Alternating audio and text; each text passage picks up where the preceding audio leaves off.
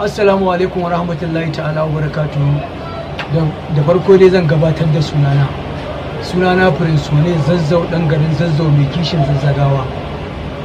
So zan yi magana ne akan challenge da kabutu rarara ya sa, sakamakon cewa 'yan uwana waɗanda suke garin Zaria, ba ma garin Zaria ba, garuruwa da yawa sun yi ƙoƙari suna ta yin wannan abin. To tsakanina da Allah zan yi korafi ne akan waɗanda ake sawa suna yanke hukunci akan waɗanda suka ci wannan abu. Mafi akasari na ga mu 'yan garin Zaria ba a mana adalci.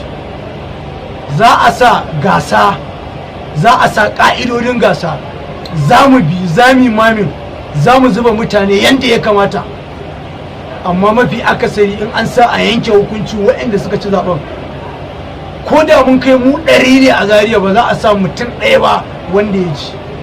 To tsakanina da Allah roƙon da muke yi a shugabanci na 13 akan maganar Tinubu da aka sa wannan challenge, akwai abokanai na da yawa na ga sun yi wannan abu. To dan Allah dan Annabi muna so a yi wannan abin tsakani da Allah, a bi dokoki, a duba sharɗa na wannan gasa da aka sa. Saboda akwai gasar da aka sa mu ma mun bi sharaɗoɗi, amma ba mutum ɗaya daga cikin 'yan Zaria wanda aka ce ya ci. To wannan abun na cin mun tuwa ƙwarya. So tsakanina da Allah ina so ka buta rarara ka sa mutane waɗanda za su bi tsakani da Allah, su duba cancanta kuma da wanda ya bi dokokin wannan gasa da kuka sa. A yi mana adalci, wanda ya ci wannan abun a bashi ba san rai ba. Ba wai dan kaga wancan wai shi yana harkar fim ba saboda wai kana tare da shi ka ba kanin shi, ko kuma a yi san rai yanda ake yi.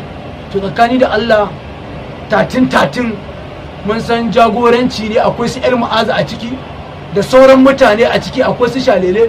Tsakani na da Allah muna so ku tsaya tsayin daka a mana adalci a wannan abun, sakamakon cewa in ba a mana adalci ba mu ba za mu ji daɗi ba 'yan mutanen Zaria. A mana adalci tsakani da Allah, a bi dokoki, a bi sharaɗa, a duba wanda ya cancanta a bashi wannan abu. In kuma ba a yi haka ba, to tsakani da Allah za mu ƙara yin tawaye yadda muka yi tawaye a baya. Amma muna roƙo a bisa ga kyakkyawan murya, bisa ga mun san rara mutum ne adali, kuma da sauran shugabancin da za a sa don girman Allah a yi mana adalci yadda ya kamata a wannan gasa. Kuma in Allah da za mu yi yadda ya kamata, kuma Allah ya ɗaga ƙungiyar APC